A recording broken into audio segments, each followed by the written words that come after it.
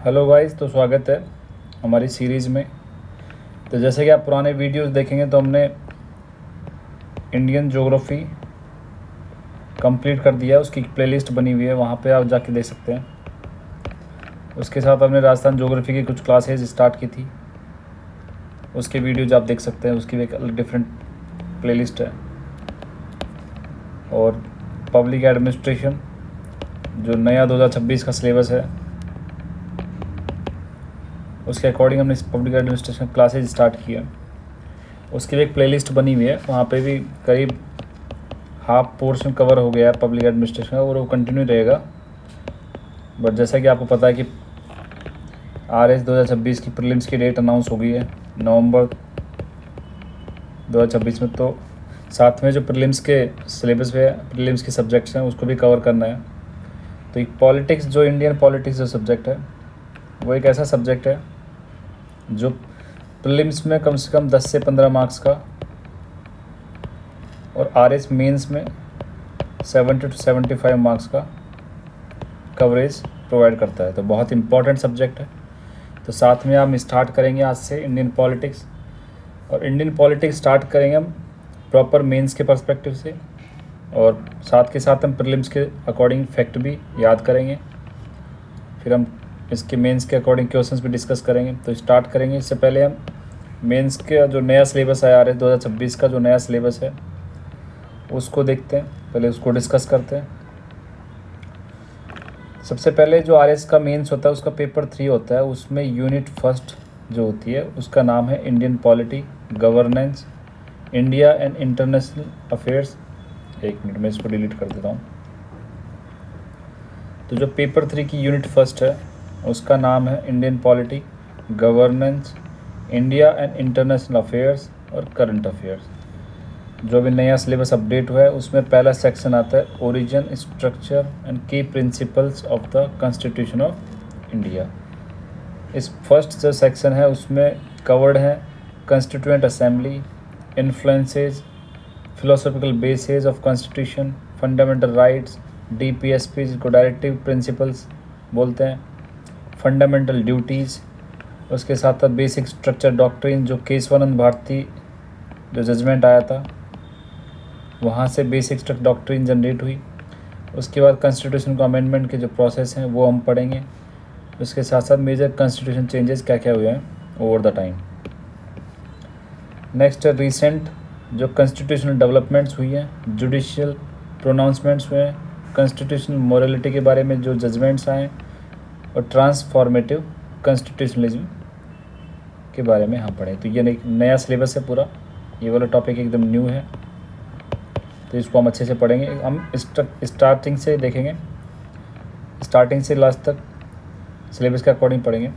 Next जो section है इसका इंस्टीट्यूशनल फ्रेमवर्क, गवर्नेंस मैकेनिज्म। अब इसमें ये पुराना ही पोर्शन है ऑलमोस्ट। इसमें प्रेसिडेंट कवर्ड है, जैसे आप पॉलिटिक्स में पढ़ते हो, vice president, prime minister, council of ministers, parliament, और उसके साथ साथ emerging trends in federalism in India, ये नया टॉपिक ऐड किया है। जो फेडरलिज्म है इंडिया के अंदर उसमें क्या क्या ट्रेंड्स है, क्या क्या उसका पैटर्न जनरेट हो रहा है ओवर द टाइम, उसके बारे में देखेंगे। साथ में supreme court, high court, judicial review, judicial activism, virtual courts, courts, committees, ये भी कुछ चेंजेज हैं इसमें। इसके साथ जो थर्ड सेक्शन है, सबसे इम्पॉर्टेंट सेक्शन है मीन्स अकॉर्डिंग, वो है डायनेमिक्स ऑफ इंडियन पॉलिटी। इसमें आप देखने मिलता है contemporary shifts in India's democracy marked by evolving party system, regionalism, coalition realignments. फिर उसके बाद shift from identity based politics to issue driven politics and inclusive politics with increasing gender participation, socio political implications of artificial intelligence enabled mobilisation. उसके साथ साथ voting behaviour, electoral reforms and the functioning of elections in India. फिर next contemporary evolving patterns in Indian politics. इसके साथ साथ internal security, जिसमें आपको क्या क्या थ्रेट्स हैं, क्या क्या सिक्योरिटी फोर्सेज हैं हमारी, कौन कौन सी एजेंसीज़ हैं, उनके क्या रूल हैं, मैंडेट हैं, और उनके सामने क्या क्या चैलेंजेस हैं, वो सब भी हमें पढ़ना है। तो ये न्यू टॉपिक्स में है। इसके साथ जो थर्ड सेक्शन है स्टेट पॉलिटिक्स के रिगार्डिंग आता है, हमें राजस्थान की पॉलिटिक्स पढ़नी पड़ेगी। उसमें पॉलिटिकल पार्टिसिपेशन का pattern, leadership, electoral behaviour Rajasthan का कैसा है, और पॉलिटिकल पार्टीज़ का क्या रोल है, कॉलिशन पॉलिटिक्स स्टेट में कैसा रहा है, पंचायती राज के बारे में, अर्बन लोकल सेल्फ गवर्नमेंट के बारे में, इसका स्ट्रक्चर, उसके इश्यूज़ क्या हैं, उसके सामने क्या क्या चैलेंजेस हैं, उसका क्या रोल है। तो ये सब हमें पढ़ना है। इसके साथ साथ new dynamics and challenges in Rajasthan politics. Next, framing of public policy in Rajasthan. कौन से इंस्टीट्यूशन से जो पब्लिक पॉलिसी बनाते हैं उसके बारे में, उनका पब्लिक पॉलिसी बनाते टाइम क्या प्रोसेस है, कौन कौन से स्टेक होल्डर्स हैं जिनको पॉलिसी बनाते टाइम इंक्लूड किया जाता है, उनसे डिस्कशन किया जाता है, उनके बारे में देखेंगे हम। इम्प्लीमेंटेशन बॉटलनेक्स के बारे में, साथ में ई गवर्नेंस इनिशिएटिव्स राजस्थान ने क्या क्या लिए हैं, जैसे उनके अचीवमेंट्स और उनके सामने क्या क्या चैलेंजेस। तो ये तो स्टेट की पॉलिटिक्स होगी। इसके बाद जो इम्पॉर्टेंट टॉपिक एक और आ जाता है, इंडिया एंड इंटरनेशनल अफेयर्स। तो ये पूरा आईआर का सब्जेक्ट है, आईआर का टॉपिक है। इसमें पोस्ट कोल्ड वार के बाद जो जो चेंजेस हुए, यूएस की हेजिमनी बनी, मल्टीपॉलिटी वर्ल्ड बना, ग्लोबल पॉलिटिकल इकोनॉमी हुआ सिस्टम, और इंटरनेशनल टेररिज्म जैसी सिचुएशन पूरे वर्ल्ड के सामने जनरेट हुई। तो वो पूरा पढ़ना है, पोस्ट कोल्ड वॉर एरा। उसके साथ साथ हमें देखना है determinants and attributes of Indian foreign policy, India के रिलेशन देखने मेजर पावर्स के साथ में और नेबरी कंट्रीज़ के साथ में, इंडियन डायस्पोरा हमारा, और उस कल्चरल डिप्लोमेसी के बारे में। डायस्पोरा के बारे में देख सकते हैं, जैसे कि जो मिडल ईस्ट में सबसे ज़्यादा इंडिया के लोग पाए जाते हैं, दुबई, कतर, तो वो उनसे क्वेश्चन आने के चांसेस हैं आरएस मेंस में, बिकॉज अभी इस वॉर की वजह से जो इंडियन डायस्पोरा है वो फंस गया, और हमारा जो बहुत सारा जो इंटरेस्ट है वो भी फंस गया। तो कल्चरल डिप्लोमेसी भी खतरे में है। इसके साथ साथ इंडिया का क्या रोल है रीजनल और ग्लोबल प्लेटफॉर्म्स, जैसे यूनाइटेड नेशंस हो गया, आपका WTO हो गया, यूरोपियन यूनियंस में, और साथ साथ एशियान में ब्रिक्स जैसे ग्रुप्स हैं, G20, क्वाड, I2E2 वाले ग्रुप हैं, ऑक्यूस वाला ग्रुप है, और दक्षिण जैसे ग्रुप। तो ऐसे ग्रुप्स के बारे में, सभी के बारे में हम डिटेल में पढ़ना है, जहाँ पे इंडिया का रोल और क्या क्या उसको स्ट्रेंथन करने के लिए हम क्या क्या प्रोसेस कर सकते हैं।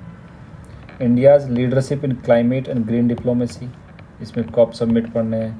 IS है जो इंटरनेशनल सोलर अलायंस है, इंटरनेशनल सोलर अलायंस, जो सबसे स्टार्टिंग में इंडिया और फ्रांस ने स्टार्ट किया था, अभी तो बहुत सारी कंट्रीज उसमें ऐड हो गई है, तो उसके बारे में देखेंगे, उसकी इंडिया की लीडरशिप। उसके साथ साथ इंडिया ने मिशन लाइफ स्टार्ट किया पूरे वर्ल्ड के लिए, तो उसके बारे में देखेंगे। इसके साथ कंटेम्प्रेरी स्ट्रेटजिक इनिशिएटिव्स, इंडिया की फॉरेन पॉलिसी में क्या क्या इनिशिएटिव लिए गए हैं। साथ में करंट अफेयर्स का भी टॉपिक ऐड है, उसमें आपको पढ़ना है क्या क्या कंटेम्प्रेरी इवेंट्स हुए हैं रिसेंटली, और इश्यूज़ और प्रोमिनेंट पर्सनैलिटीज़ के बारे में। साथ में कुछ वेलफेयर स्कीम्स गवर्नमेंट की या और राजस्थान की, awards, major literary contribution, achieve advancement in science technology and ICT information technology में, स्पोर्ट्स पॉलिसीज़ की इंस्टीट्यूशंस कौन से स्पोर्ट पॉलिसी बनाने के लिए, और स्पोर्ट्स इवेंट कौन से होते हैं, इंडिया के अचीवमेंट और राजस्थान के अचीवमेंट। उसके साथ साथ role of yoga in health, wellness and stress management. तो जो हमारा पहले स्पोर्ट्स एंड योगा का एक अलग सेक्शन हुआ करता था, अलग यूनिट था, उसका यूनिट 3 का एक पार्ट था, उसको वहाँ से हटाकर इसको पॉलिटिक्स का एक पोर्शन बना दिया गया। तो ये एक नया चेंजेस है। तो सबसे पहले सिलेबस आप अच्छे से पढ़ लीजिए, उसके बाद आपको पता लगेगा क्या क्या पढ़ना है। तो हम सबसे पहले आज स्टार्ट करेंगे कॉन्स्टिट्यूएंट असेंबली। हम सिलेबस के अकॉर्डिंग जाएंगे और सिलेबस के अकॉर्डिंग पूरा पॉलिटिक्स हमें कवर करना है। तो आज स्टार्ट करेंगे कॉन्स्टिट्यूएंट असेंबली।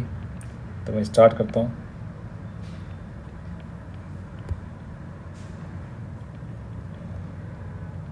तो ये कुछ समराइज नोट्स हैं जहाँ से आप प्रीलिम्स और मेंस दोनों के लिए रेफ़र कर सकते हैं। तो सबसे पहले जब हम कॉन्स्टिट्यूशन के बनाने को लेकर देखते हैं कि कॉन्स्टिट्यूशन बनाने को लेकर क्या क्या इनिशिएटिव लिए गए। सबसे पहले कॉन्स्टिट्यूएंट असेंबली की जो डिमांड आई, उसकी डिमांड ओवर द पीरियड उसका कैसा ऑर्डर रहा, उसके बारे में देखते हैं। 1934 में पहली बार कॉन्स्टिट्यूएंट असेंबली का आइडिया प्रपोज किया MN रॉय ने। तो ये फैक्ट आपको याद रखना है, एम एन रॉय ने पहली बार आइडिया प्रपोज किया था। देन 1935 में क्या हुआ, जो इंडियन नेशनल कांग्रेस थी उन्होंने ऑफिशियली डिमांड किया कॉन्स्टिट्यूएंट असेंबली बनाने को लेकर। उसके बाद 1938 में जवाहरलाल नेहरू उन्होंने डिक्लेयर किया कि इंडिया का जो कॉन्स्टिट्यूशन होगा वो should be framed by Indians without outside interference. तो यहाँ भी कहीं ना कहीं कॉन्स्टिट्यूएंट असेंबली की बात की गई। तो ये कॉन्स्टिट्यूएंट असेंबली का ऑर्डर है। 1934 में एम एन रॉय ने प्रपोज किया। 1935 में इंडियन नेशनल कांग्रेस ने ऑफिशियली डिमांड किया कि कॉन्स्टिट्यूएंट असेंबली होनी चाहिए। 1938 में जवाहरलाल नेहरू ने डिक्लेयर किया कि जो कॉन्स्टिट्यूशन इंडिया का होगा उसको बनाने वाले इंडियंस ही होंगे विदाउट आउटसाइड इंटरफेरेंस, बाहर का कोई इंटरफेरेंस उसमें नहीं होगा। देन 1940 में अगस्त ऑफर जब आया तो ब्रिटिश गवर्नमेंट ने इस डिमांड को इन प्रिंसिपल एक्सेप्ट किया।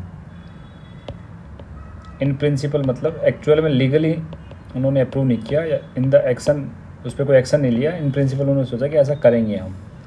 देन 1942 में क्रिप्स मिशन आया। क्रिप्स मिशन ने प्रपोज किया कि constitution making after world war second. उन्होंने क्या किया कि वर्ल्ड वॉर सेकेंड के बाद हम कॉन्स्टिट्यूशन बनाएंगे, बट इसको बाद में रिजेक्ट कर दिया गया क्रिप्स मिशन को। फिर 1946 में कैबिनेट मिशन प्लान जब आया इंडिया में तो उन्होंने फाइनल स्कीम बताई कॉन्स्टिट्यूएंट असेंबली की फॉर्मेशन को लेकर।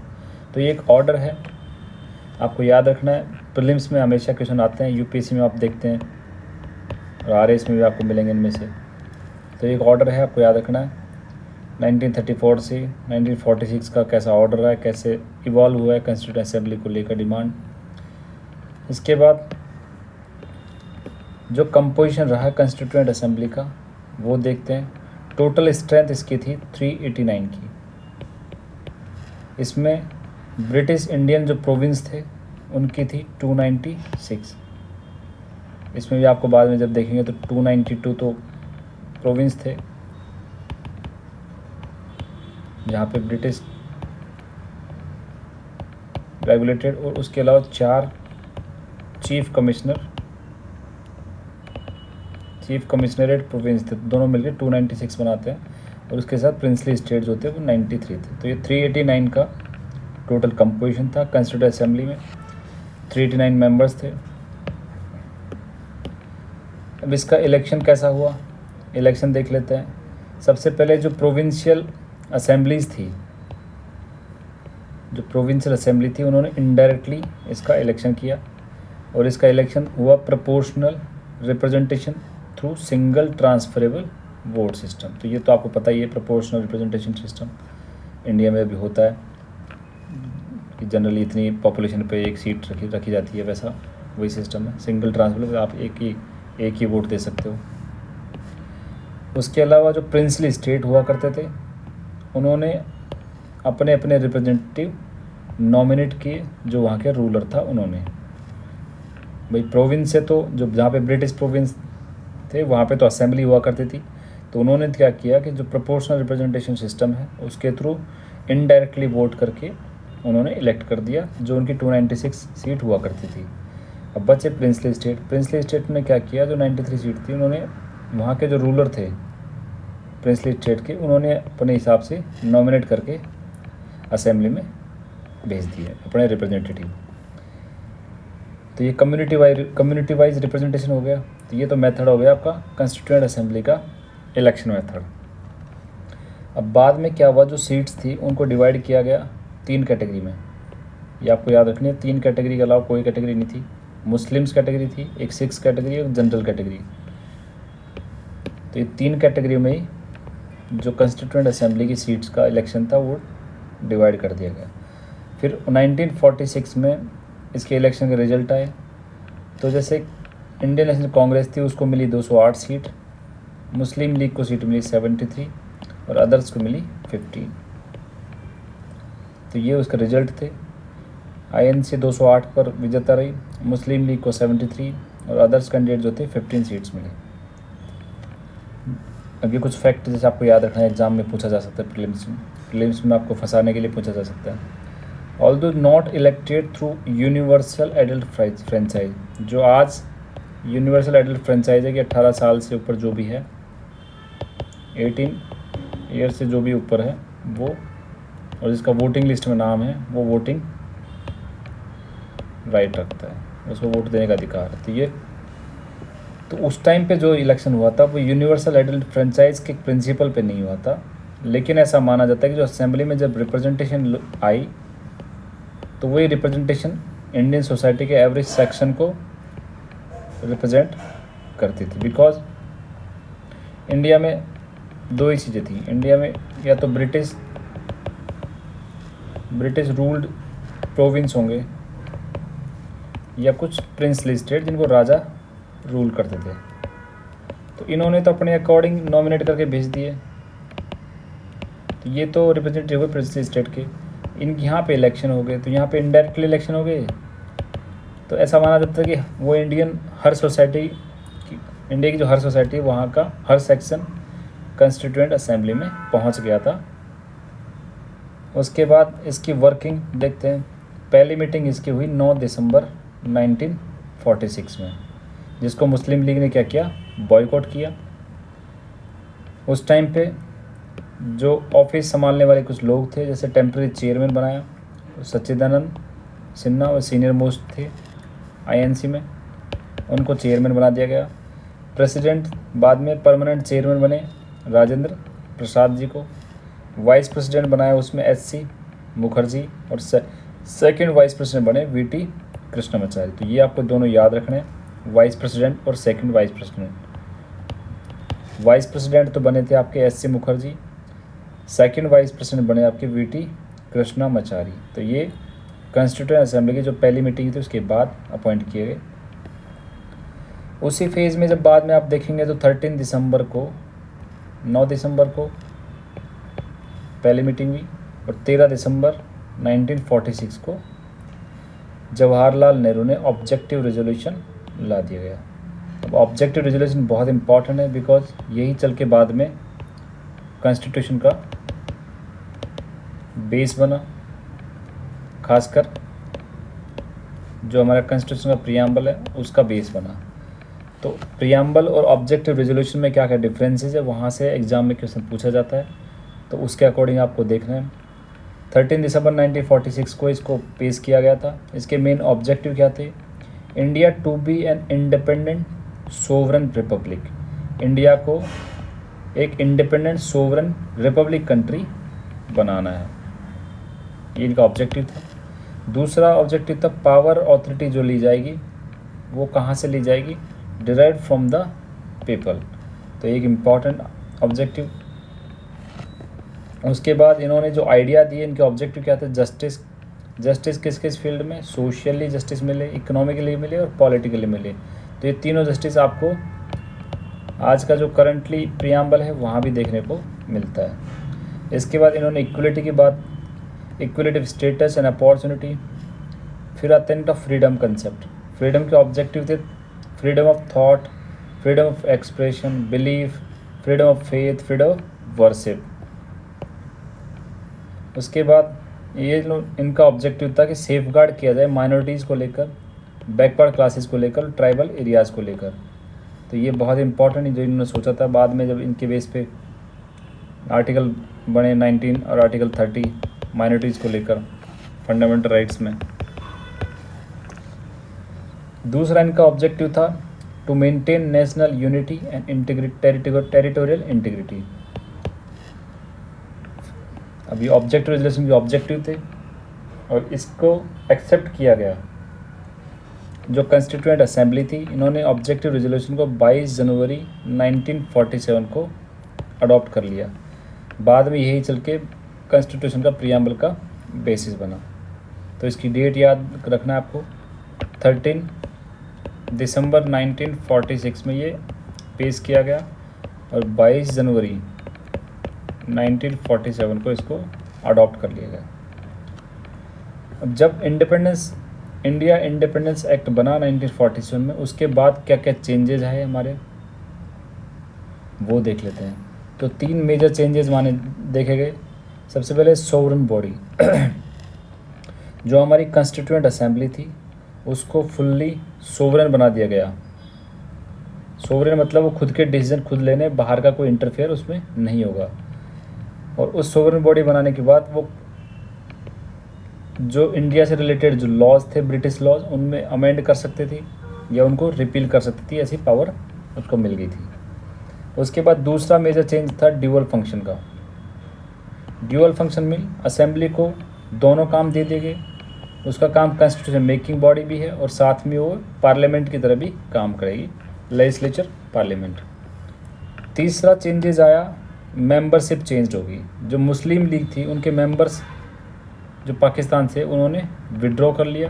तो जो 389 का जो मेंबरशिप हुआ करता था, अब वो कम होके 299 रह गया। बिकॉज जो मुस्लिम लीग के जो मेंबर्स पाकिस्तान से जो जीत कर आए थे असेंबली में, उन्होंने अपनी मेंबरशिप विड्रॉ कर ली आफ्टर इंडिपेंडेंस एक्ट।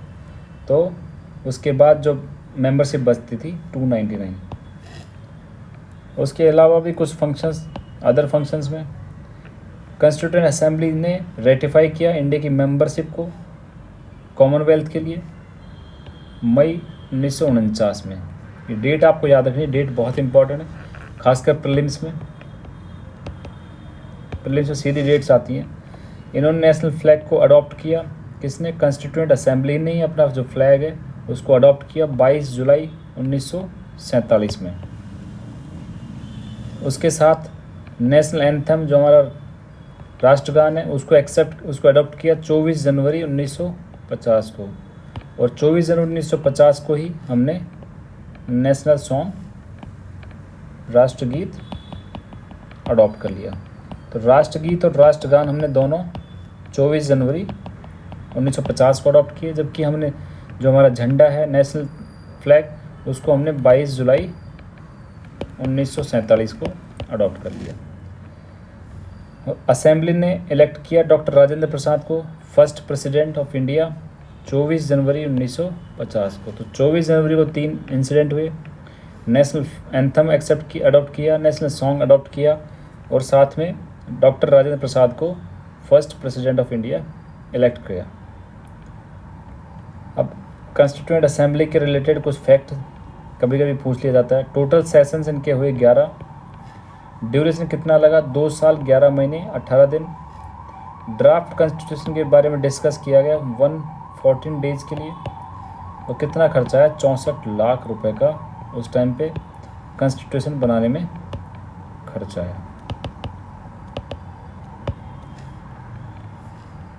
24 जनवरी 1950 को constituent assembly held its final session. 24 जनवरी को उसका फाइनल सेशन था। It however did not end, इसके बाद ख़त्म नहीं हुआ, ये continued as the provisional parliament of India. 24 जनवरी को लास्ट सेशन होने के बावजूद भी जो कॉन्स्टिट्यूएंट असेंबली थी उसने प्रोविजनल पार्लियामेंट की तरह काम किया from 26 January 1950 till the formation of new parliament.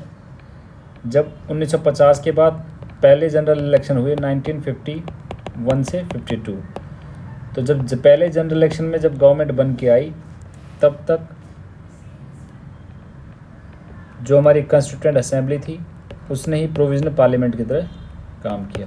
तो ये प्रीलिम्स में पक्का पूछे जा सकते हैं ऐसे क्वेश्चन, तो ये आपको याद रखने हैं कि जो हमारी कॉन्स्टिट्यूएंट असेंबली थी उसने कब तक पार्लियामेंट की तरह एक्ट किया।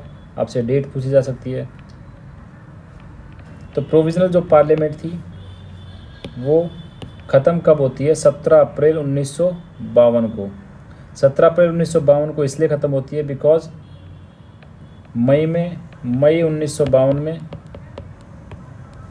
जो पहले जनरल इलेक्शन के बाद में जो विनिंग मेंबर्स थे, जो विनिंग एमपीज़ थे, वो पार्लियामेंट में आते हैं और वहाँ से पार्लियामेंट स्टार्ट होती है और कॉन्स्टिट्यूएंट असेंबली जो प्रोविजनल पार्लियामेंट की तरह काम कर रही थी वो उसका अस्तित्व वहाँ से ख़त्म होता है। तो आपको ये डेट याद रखने, 17 अप्रैल 1952, 26 जनवरी 1950 से लेकर 17 अप्रैल 1952 तक, यहाँ तक कॉन्स्टिट्यूएंट असेंबली ने एज ए प्रोविजनल पार्लियामेंट की तरह काम किया।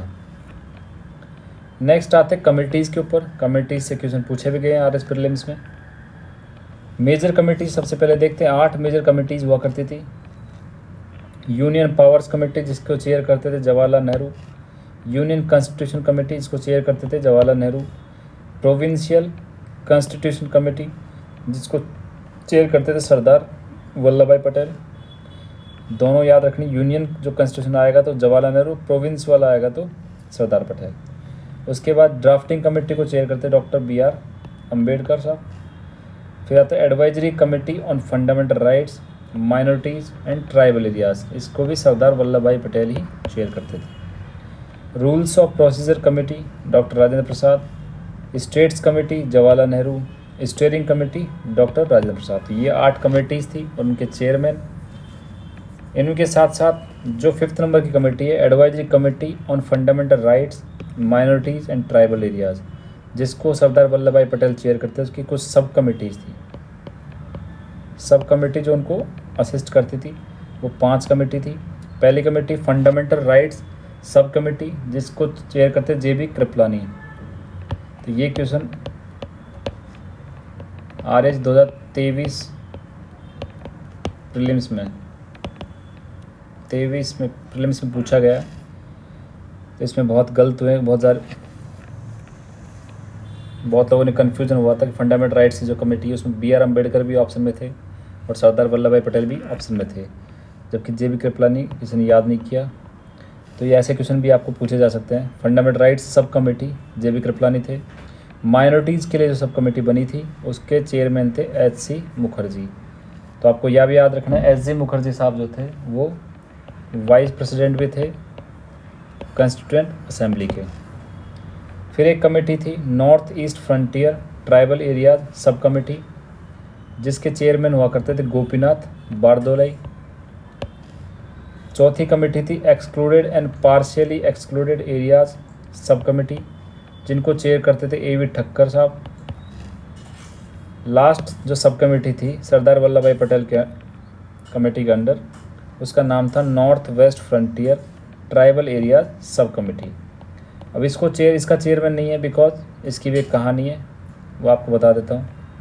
One of the political consequences of British governments statement, जब उन्होंने 3 जून 1947 को दिया, वो क्या था कि वो रेफरेंडम करवाएंगे नॉर्थ वेस्ट फ्रंटियर प्रोविंस में और बलूचिस्तान में। और उस रेफरेंडम की वजह से जो ये पोर्शन थे नॉर्थ वेस्ट फ्रंटियर और बलूचिस्तान, ये बन गए part of dominion of Pakistan. तो उसके बाद जो ट्राइबल एरियाज़ थे इस रीजन में वो पाकिस्तान डोमिनियन के बन गए।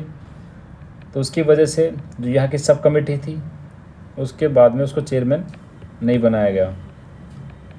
तो इसकी कहानी, पहले कमेटी बनाई गई थी उन प्रोविंस के लेकर, लेकिन जब 3 जून 1947 में ब्रिटिश गवर्नमेंट ने स्टेटमेंट दिया कि वहाँ पे रेफरेंडम करवाएंगे और उसके साथ साथ नॉर्थ वेस्ट फ्रंटियर जो एरिया था और बलूचिस्तान वाला एरिया था वो पाकिस्तान के डोमिनियन में चला गया, तो उसके बाद इस कमेटी का कोई महत्व नहीं रहा। तो ये 5 कमेटी थी जो सरदार वल्लभ भाई पटेल की कमेटी थी, advisory committee on fundamental rights, minorities and tribal areas, उसकी सब कमेटी हुआ करती थी। इसके बाद कुछ माइनर कमेटीज़ थी, ये आपको देखने की इतनी ज़्यादा ज़रूरत नहीं है, लेकिन कभी गो थ्रू कीजिए, कभी कभी प्रीलिम्स में पूछा जा सकता है, एक बार गो थ्रू कर लीजिए। पहली minor committee finance and staff committee, इसको चेयर करते थे डॉक्टर राजेंद्र प्रसाद जी। दूसरी माइनर कमेटी थी credential committee, अलादी Krishnaswami Iyer उनको चेयर करते थे। हाउस कमेटी, ये इम्पॉर्टेंट है बिकॉज ये किसी न किसी एग्ज़ाम में पूछा गया है, मैं रिकॉल नहीं कर पा रहा अभी, लेकिन आपको याद रखना है हाउस कमेटी, जिनको P पट्टाभी सीतारामैया इनको चेयर करते थे। फिर आता है ऑर्डर ऑफ बिजनेस कमेटी, जिनको डॉक्टर KM मुंशी चेयर करते थे। नेशनल फ्लैग कमेटी, जिनको डॉक्टर राजेंद्र प्रसाद चेयर करते थे। Functions of constituent assembly committee, जो GV मावलंकर करते थे, तो बाद में स्पीकर भी बनते हैं वो, first speaker. Supreme court committee को S वरदाचारी बहुत इम्पॉर्टेंट नाम है बिकॉज ये ऐसे अकेले इंसान थे जिन्होंने कॉन्स्टिट्यूएंट असेंबली की जो कमेटी थी इनको हेड किया, लेकिन ये उस कॉन्स्टिट्यूंट असेंबली के मेंबर नहीं थे। एस वरदाचारी, इन्होंने एक दूसरी कमेटी की भी चेयर की, सिटीजनशिप कमेटी को। उसके साथ जो प्रेस गैलरी कमेटी थी, उषा नाथ सेन, उन्होंने चेयर किया। बिकॉज इन्होंने जब ब्रिटिश मूवमेंट था तब इन्होंने वो भी चलाया था, अंडरग्राउंड रेडियो स्टेशन। एक लिंग्विस्टिक प्रोविंस कमीशन था, एस के धार। बाद में इनको एक कमीशन भी बनाया गया लिंग्विस्टिक बेस पे स्टेट बनाने को लेकर, धार कमीशन बोलते हैं उसको। चीफ कमिश्नर्स प्रोविंस कमेटी थी, पट्टाभी सीतारामैया के अंडर। तो ये कुछ माइनर कमिटीज़ हैं, उसको आप देख सकते हैं। उसके बाद आता है ड्राफ्टिंग कमेटी, जो मोस्ट इम्पॉर्टेंट कमेटी हुआ करती थी अंडर डॉक्टर भीमराव अम्बेडकर की चेयरमैनशिप में। इसको एस्टेब्लिश किया 29 अगस्त 1947 को। इसका फंक्शन क्या था? इसका मेनली फंक्शन था कि प्रिपेयर करना है ड्राफ्ट कॉन्स्टिट्यूशन ऑफ इंडिया। अब इसके मेंबर आपको याद होने ही चाहिए, बहुत ही ज़रूरी है। डॉक्टर भीमराव अम्बेडकर जो चेयरमैन थे, उसके अलावा एन गोपालास्वामी अयंगर, अलादी कृष्ण स्वामी Iyengar, doctor K M Munshi, Syed Mohammad Saadulla, N Madhava Rao, जिन्होंने बाद में बी एल मित्र को रिप्लेस किया था, टी टी कृष्णमाचारी, जो डी पी खैतान को रिप्लेस करके आए थे, बिकॉज डी पी खैतान की डेथ हो गई थी 1948 में। तो ये 7 मेंबर हैं, वो आपको नाम याद होने चाहिए। Doctor Bhimrao Ambedkar, N Gopalaswamy Ayyangar, Alladi Krishnaswami Ayyar, doctor K M Munshi, Syed Mohammad Saadulla, N Madhava Rao, T T Krishnamachari. इसके साथ साथ कुछ इम्पॉर्टेंट प्रीलिम्स के अकॉर्डिंग फैक्ट देखते हैं। तो पहला जो ड्राफ्ट पब्लिश हुआ कॉन्स्टिट्यूशन का, वो हुआ फरवरी 1948 में, 1948 फरवरी। पब्लिक का फीडबैक लिया गया, तो पब्लिक के फीडबैक के लिए जो टाइम दिया गया वो 8 महीने का टाइम दिया गया। फिर उसके बाद सेकंड ड्राफ्ट पब्लिश किया गया, वो किया गया अक्टूबर 1948 में। उसके लिए टाइम लिया गया पब्लिक फीडबैक के लिए, वो 6 महीने से कम का टाइम था। तो जो टोटल डिस्कशंस हुआ या टोटल सिटिंग डेज हुआ, वो था 141 डेज डिस्कशन सिटिंग डेज। तो ये कुछ जो कॉन्स्टिट्यूशन बनाने में जो टाइम लगा या जो डिस्कशंस थे उसके बारे में। इसके बाद आता है कॉन्स्टिट्यूशन का इनेक्टमेंट। 4 नवंबर 1948, 4 नवंबर 1948 को डॉक्टर भीमराव अम्बेडकर इंट्रोड्यूस करते हैं final draft constitution in the constituent assembly, जिसकी पहली रीडिंग की जाती है 4 नवंबर को। अब 4 से 9 नवंबर तक चलता है जनरल डिस्कशन उस ड्राफ्ट कॉन्स्टिट्यूशन पर। फिर आता है 15 नवंबर की डेट, 15 नवंबर 1948 से लेकर 17 अक्टूबर 1949, इसमें चलती है सेकेंड रीडिंग, करीबन 1 साल। ये पूरी सेकेंड, इसमें क्लॉज बाय क्लॉज डिस्कशन होता है। तो इस 1 साल के पीरियड के अंदर रिकॉर्ड लेवल पे अमेंडमेंट्स किए जाते हैं। जैसे 7653 अमेंडमेंट्स प्रपोज किए गए थे डिस्कशन के बाद। तो उसके बाद 2473 2473 अमेंडमेंट उन्होंने डिस्कस कर लिए। फिर आता है 14 नवंबर 1949 का डेट, जहाँ पे होती है start third reading. Third reading की डेट पे जो भीमराव अम्बेडकर थे चेयरमैन ड्राफ्टिंग कमेटी के, उन्होंने एक मोशन लाया इसको फाइनल बनाने के लिए, इसको पास कराने के लिए। जो थर्ड रीडिंग थी उसको पास करने के लिए। तो असेंबली ने 26 नवंबर 1949 को ये मोशन पास हो गया और कॉन्स्टिट्यूशन को अडॉप्ट कर लिया गया। और उसी दिन जो हमारे 299 मेंबर्स थे, उनमें से 284 मेंबर्स ने इस पर साइन किया, बिकॉज 284 उस टाइम पर प्रेजेंट थे। तो 26 नवंबर 1949 को, जैसा कि वो प्रियम्बल में मेंशन भी है, marking the day the people of India adopted, enacted and gave the themselves to the constitution. तो 26 नवंबर 1949 ये डेट, जिस दिन कॉन्स्टिट्यूशन को अडॉप्ट किया गया, इनेक्ट किया गया और कॉन्स्टिट्यूशन को एक्सेप्ट किया गया। जब इनिशियली अडॉप्ट किया था 26 नवंबर 1949 में, तब कॉन्स्टिट्यूशन में 395 आर्टिकल्स हुआ करते थे, 8 शेड्यूल्स थे और प्रियम्बल को इनेक्ट किया था। जब कॉन्स्टिट्यूशन इनेक्ट हो गया तो प्रियम्बल भी उस टाइम पे इंक्लूड था।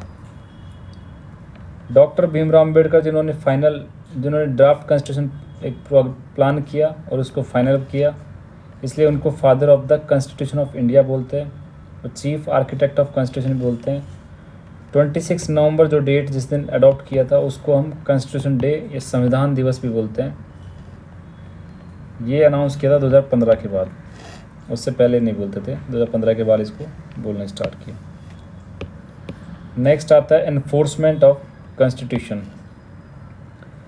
26 नवंबर 1949 के बाद ये फोर्स में आया, मतलब ये लागू हुआ।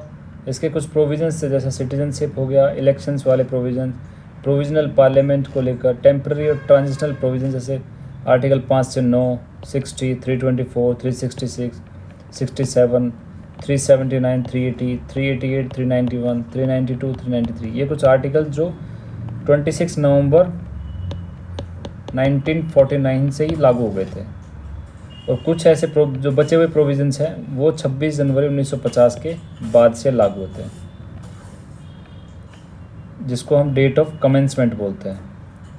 अगर आपसे प्रीलिम्स में या मेंस में पूछा जाए डेट ऑफ अडॉप्ट और डेट ऑफ इनेक्ट है तो वो है 26 नवंबर 1949 जिस दिन अडॉप्ट इनेक्ट किया, और कमेंसमेंट की डेट पूछी जाए तो आपको 26 जैन 1950 करना है, कन्फ्यूज़न नहीं होना है।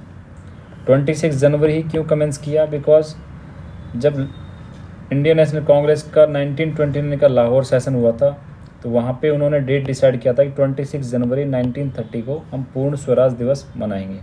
तो वहाँ से 26 जनवरी का जो डेट था वो याद रहा और उसी को रखा गया आगे। नेक्स्ट है इफ़ेक्ट ऑफ कमेंसमेंट। कमेंसमेंट के क्या इफ़ेक्ट आए? उसकी वजह से जो इंडियन इंडिपेंडेंस एक्ट 1947 बना था उसको रिपील्ड कर दिया गया, उसको ख़त्म कर दिया गया। और उसके साथ जो गवर्नमेंट ऑफ इंडिया एक्ट 1935 था और उसके साथ कुछ अमेंडमेंट्स थे वो सब ख़त्म कर दिए गए, वो सब रिपील कर दिए गए। और एक एक्ट था abolition of privy council jurisdiction act 1949 का, उसको अबॉलिश नहीं किया, उसको कंटिन्यू रखा। तो ये कुछ चेंजेस थे जो कमेंसमेंट के बाद आए। इसी पीरियड में 8 जुलाई 1946 को एक इम्पॉर्टेंट कमेटी बनाई गई थी, कांग्रेस एक्सपर्ट्स कमेटी। ये बहुत इम्पॉर्टेंट है, अभी तक इसमें से कहीं क्वेश्चन आया नहीं है, ना प्रीलिम्स में ना मेंस में, तो उम्मीद है आपको मिलेगा इसमें कहीं क्वेश्चन। कांग्रेस एक्सपर्ट कमेटी बनाई थी 8 जुलाई 1946 को। इसके चेयरमैन थे जवाहरलाल नेहरू और इसके मेंबर्स थे Asaf Ali, K M. Munshi, Gopalaswami Ayyangar, K T. Shah, D R. Gadgil, Humayun Kabir, K. Santhanam, Krishna Kripalani जो बाद में कन्वेनर भी बनाए गए। तो ये कुछ मेंबर्स थे कांग्रेस एक्सपर्ट्स कमेटी का। इनके फंक्शंस क्या थे? Prepare material for constituent assembly, suggested assembly procedures, recommended committees और ड्राफ्टेड ऑब्जेक्टिव रेजोल्यूशन। तो ये कुछ फंक्शंस थे जो कांग्रेस एक्सपर्ट्स कमेटी ने बाद में किए, जो बाद में उनकी वजह से ऑब्जेक्टिव रेजोल्यूशन आया और कमिटीज़ बनाई गई। कॉन्स्टिट्यूएंट इस एक्सपर्ट कमेटी के बारे में जो कॉन्स्टिट्यूशन एक्सपर्ट्स हैं ग्रेनविल ऑस्टिन, उन्होंने क्या बोला कि ये जो कमेटी थी उसने ही इंडिया के लिए कॉन्स्टिट्यूशन का एक रोड तैयार किया।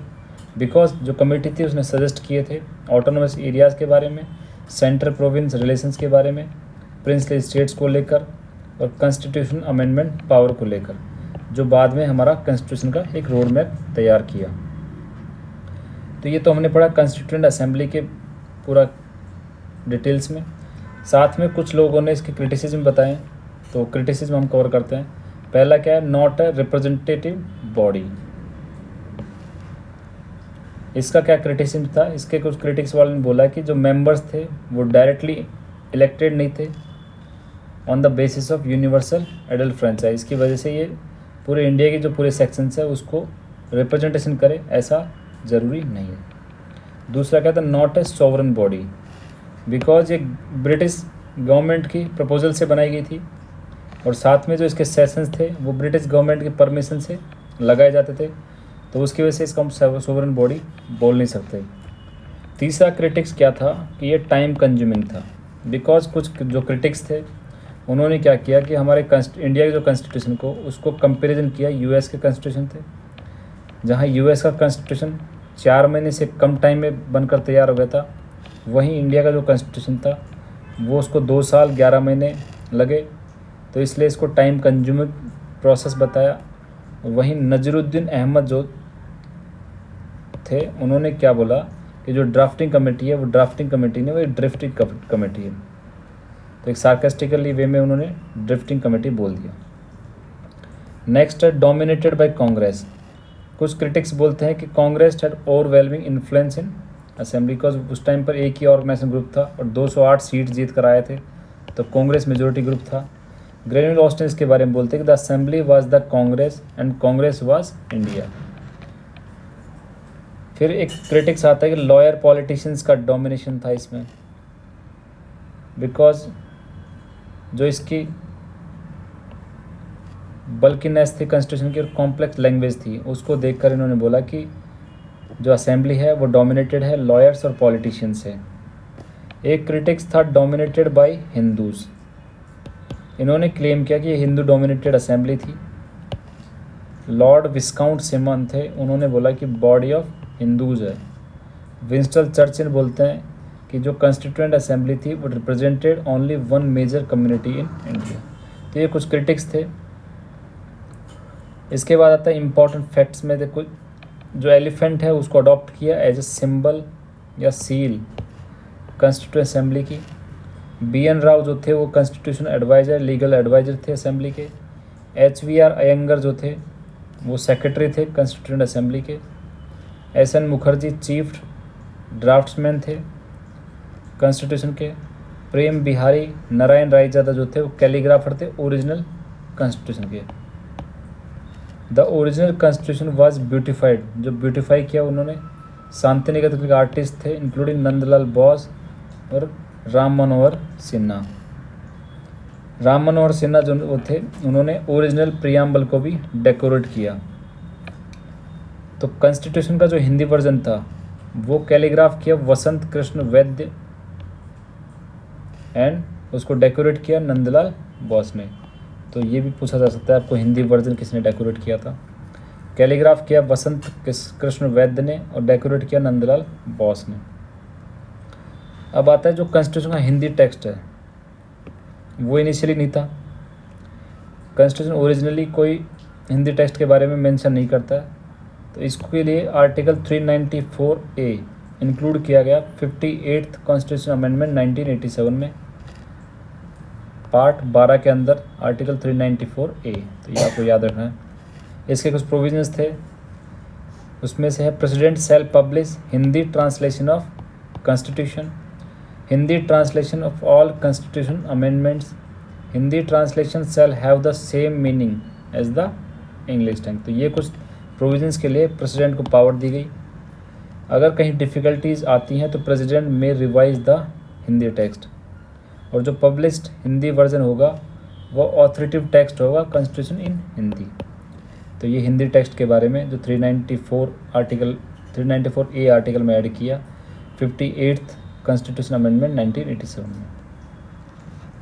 इसके बाद इसकी जो समरी है वो देखते हैं। कॉन्स्टिट्यूएंट असेंबली 1946 में जो सीट थी 389 सीट थी इनिशियली, उसमें 292 ब्रिटिश प्रोविंस थे, 4 कमिश्नर एरिया थे और 93 प्रिंसली स्टेट थे। जब जुलाई अगस्त 1946 में इलेक्शन हुए उसके रिजल्ट आए तो उसमें सबसे ज़्यादा 208 सीट जीती वो कांग्रेस थी, 73 मुस्लिम लीग और 8 इंडिपेंडेंस थे। और कुछ सीट जिनको एक एक सीट मिली, जैसे यूनियनिस्ट पार्टी थी उसको 1 सीट मिली, यूनियनिस्ट मुस्लिम को 1 सीट मिली, यूनियनिस्ट शेड्यूल कास्ट थी उसको 1 सीट मिली, कृषक प्रजा पार्टी उसको 1 सीट मिली, शेड्यूल्ड कास्ट फेडरेशन इसको 1 सीट मिली और 6 जो थे उनको 1 सीट मिली और कम्युनिस्ट पार्टी को 1 सीट मिली। तो ये प्रीलिम्स में पूछा जा सकता है कौन कौन सी पार्टी उस टाइम पे इलेक्शन में थी। तो 296 का जो प्रोविंस लेजिस्लेटिव असेंबली से इलेक्शन हुए थे। उसके बाद कम्युनिटी वाइज आप देखेंगे तो हिंदूज़ को 163 सीट मिली, मुस्लिम्स को 80, शेड्यूल्ड कास्ट को 31 और क्रिश्चियंस को 6 सीट मिली। उसके साथ साथ जो ट्राइब्स थे उनकी भी 6 सीट है, 6 को 4 सीट, एंग्लो इंडियंस की 3 सीट थी, पारसीज को 3 सीट मिली। सबसे इम्पॉर्टेंट है कि उस टाइम पे टोटल 15 वुमेन मेंबर्स थे कॉन्स्टिट्यूएंट असेंबली में। तो उनके कुछ नाम हैं, अम्मू स्वामीनाथन जो मद्रास कंस्टिट्यूंसी से जीते थी, अन्नी मस्करेन जो त्रावणकोर से, बेगम एजाज रसूल जो यूनाइटेड प्रोविंस से, दक्षियानी वेलायुधन जो मद्रास से, जीत दुर्गाबाई जो मद्रास प्रोविंस, हंसा मेहता जो बॉम्बे से, कमला चौधरी जो थी वो यूनाइटेड प्रोविंस से, लीला राय जो वेस्ट बंगाल, मलाती चौधरी जो उड़ीसा से जीती थी, पूर्णिमा बनर्जी यूनाइटेड प्रोविंस, राजकुमारी अमृत कौर जो सेंट्रल प्रोविंस, रेणुका राय वेस्ट बंगाल से जीती, सरोजनी नायडू बिहार प्रोविंस से, सुचेता कृपलानी यूनाइटेड प्रोविंस, विजय लक्ष्मी पंडित यूनाइटेड प्रोविंस, जो बाद में ये सब कैबिनेट मिनिस्टर्स बने।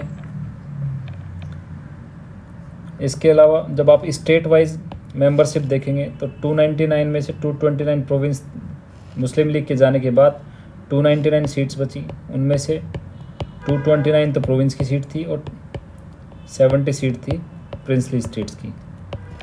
उनमें सबसे ज़्यादा रिप्रेजेंटेटिव थी यूनाइटेड प्रोविंस की और सबसे कम थी दिल्ली, अजमेर, मेरवाड़ा और कुर्ग की, जिनकी एक एक सीट हुआ करती थी। अगर आप प्रिंसली स्टेट्स की बात करेंगे तो सबसे ज़्यादा आपको मैसूर की सीट थी 7 नंबर्स और सबसे कम रेजिडरी स्टेट्स ग्रुप जो 4 सीट थी, किसी की 1 सीट थी। तो हम राजस्थान पर्सपेक्टिव अगर देखेंगे तो राजस्थान की जो प्रिंसली स्टेट थी उनमें 13 सीट्स हुआ करती थी। और कौन कौन से प्रिंसली स्टेट थे उसमें? अलवर की 1 सीट थी, बीकानेर की 1 सीट, जयपुर से 3 सीट सबसे ज़्यादा जो थी, जोधपुर से 2 सीट, 1 सीट कोटा से, 2 उदयपुर और 3 ईस्टर्न राजपूताना स्टेट ग्रुप से। तो टोटल 13 सीट जो प्रिंसली स्टेट की सीट में असेंबली में थी राजस्थान से। तो ये कॉन्स्टिट्यूएंट असेंबली के बारे में। नेक्स्ट हम अगला टॉपिक पढ़ेंगे नेक्स्ट क्लास में। तो आप देख सकते हैं कंटिन्यू जो प्लेलिस्ट बनी हुई है वहाँ पे जाके आप देख सकते हैं पबेड की और Rajasthan geography, Indian geography, current affairs. तो थैंक यू।